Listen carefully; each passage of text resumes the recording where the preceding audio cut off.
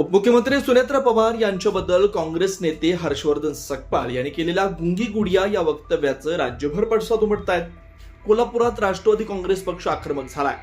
कोल्हापुरात पक्षाच्या कार्यकर्त्यांनी हर्षवर्धन सकपाळ यांच्या निषेधार्थ त्यांच्या फलकाला जोडे मारत आंदोलन केलं.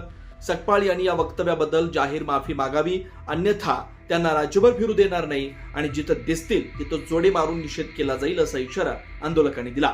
हे केवळ एका महिलेचं नव्हे तर महाराष्ट्रातील प्रत्येक महिलेचा अपमान असल्याचा आरोप करत काँग्रेसनेही या वक्तव्याची गंभीर दखल घ्यावी अशी मागणी राष्ट्रवादी काँग्रेसच्या पदाधिकाऱ्यांनी केली आहे.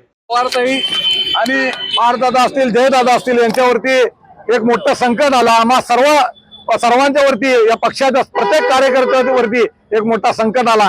परंतु त्यातून सावरून आम्हाला सावरण्याच्या उद्देशानं, या महाराष्ट्राची सेवा करण्याच्या उद्देशानं आदरणीय उपमुख्यमंत्री सुनेत्राताई पवार हे मुख्यमंत्री पदाची शपथ घेतली. आणि वैशिष्ट्य म्हणजे या रणरागिणी ताराराणीची नगरी, खऱ्या अर्थानं हे महाराष्ट्र, अहिल्याबाई होळकरांचं हे महाराष्ट्र, सावित्रीबाई फुलेंचं महाराष्ट्र, या महाराष्ट्रामध्ये एका पहिल्या महिला उपमुख्यमंत्रीचा गुंगी गुड्या म्हणून उल्लेख करणारा आहे जर हर्षवर्धन सकपाळसारखा माजोर्डा नेता असेल तर याला खऱ्या अर्थानं या महाराष्ट्राच्या समस्त जनतेनं या ठिकाणी धडा शिकवल्याचे राहणार नाही.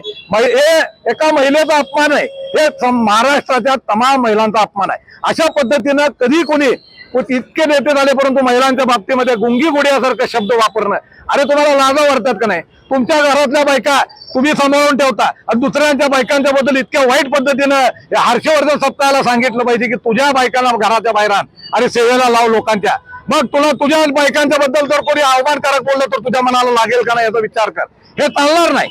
अशा पद्धतीने आमच्या नेत्यांच्या वरती मग सुनेत्राताई पवार असतील, या ठिकाणी तटकरे साहेब असतील, प्रफुल्लभाई असतील, आमचे पार्थदादा असतील किंवा या जिल्ह्याचा नेता आमचे नामदार हसन मुश्रीफ साहेब असतील, यांच्यावरती जर हिल पातळीवर जाऊन कोणी जर या ठिकाणी टीका केली तर कोल्हापूर शहर राष्ट्रवादी यांची जीभ हसडल्याशिवाय सोडणार नाही.